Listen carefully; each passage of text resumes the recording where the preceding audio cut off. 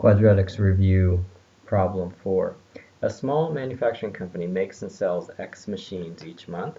The monthly cost C in dollars of making X machines is given by this formula. So remember, X is the number of machines. The monthly income I in dollars obtained from selling X machines is given by this equation. Show that the company's monthly profit can be calculated using the function P equals this. Well, we need to remember that profit is equal to income minus cost, which I put a hint in your test or your review sheet. So we're just going to take the I equation and we're going to subtract the C equation. So I is 150 minus 0.6x squared. I just put it in a different order. I put the x squared term first because that's what we're used to. So I put minus 0.6x squared plus 150x. And then I subtracted the c, which is, so it would be minus 0.4x squared and then also the 2600. So I combine the terms, I combine the x squared terms, which is that one and that one. And remember, that's a negative 0.4x squared minus 0.6x squared, so that would be a negative x squared. And then 150x you don't combine with anything. The 2600 you just need to multiply by the negative there, so it's negative 2600. So you can see we got exactly what they did, negative x squared, 150x, and negative 2600. So that is the monthly profit. Now, B, the maximum profit occurs at the vertex of the function P. How many machines should be made and sold each month for a maximum profit? So first what we're going to do is we're going to graph this, because now we have an equation. There's no reason why not to graph it. The graph is going to probably give us most of the information we need, or we'll be able to find it. So we're going to put negative x squared plus 150x plus 150x minus 2600 minus 2600 graph. And it's going to graph off the screen because our screen is very small.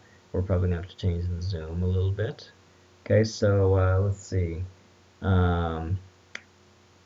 First we're going to do a zoom fit, which is zoom, and it's zoom 0, but just to show you where it is, I'm going to go all the way down here. Zoom fit. Okay, and that'll adjust the y coordinate so that at least it shows what we want. We can see we're only getting part of the parabola. We need to go way more to the right, and right now we got negative 10 to 10 because that's the standard window. So we're going to use the window, and then we're going to go to x max, and instead of 100 I'm going to put like maybe 200, or instead of 10 I'm going to put 200, and that'll graph that. Okay, and then we need to do a zoom fit again because we're not seeing the top of that. So we'll do zoom, and zoom fit is 0, remember? So enter. And now we'll adjust it so that we can see all the y values. That's about perfect. Okay. So so now it just says the maximum profit occurs at the vertex of the function P.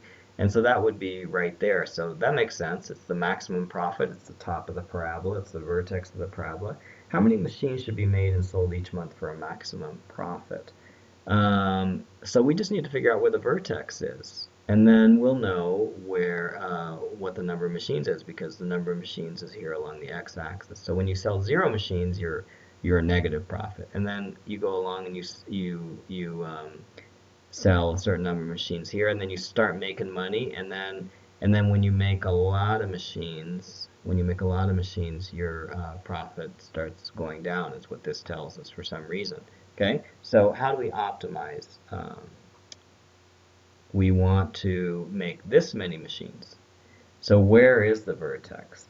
Well, there's two ways to do it. One is without the calculator. We can use the formula for the axis of symmetry, negative b over 2a, and we could just find the b. The b is 150, and a is negative 1.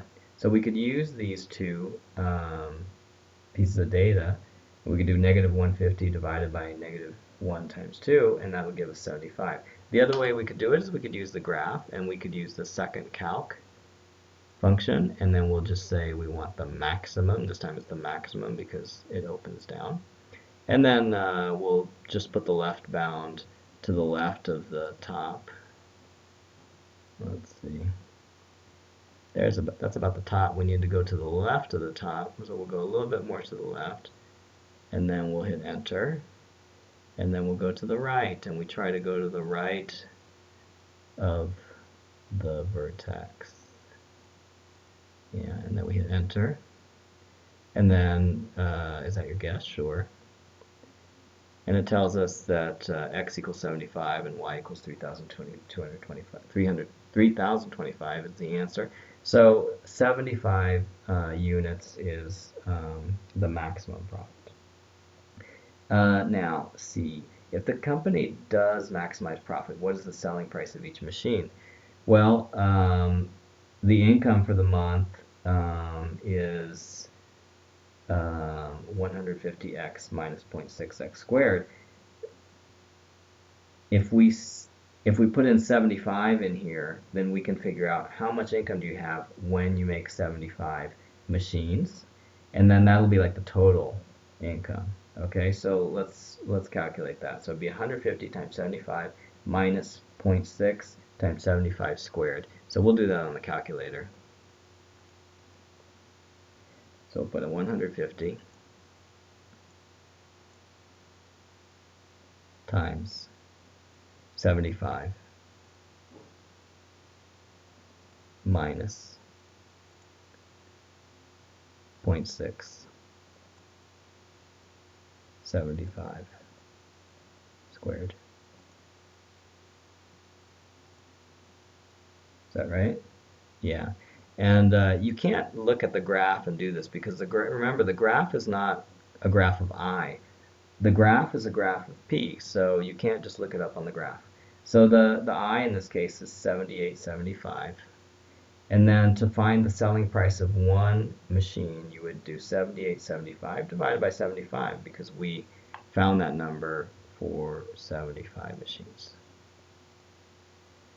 So the price is 105. Okay.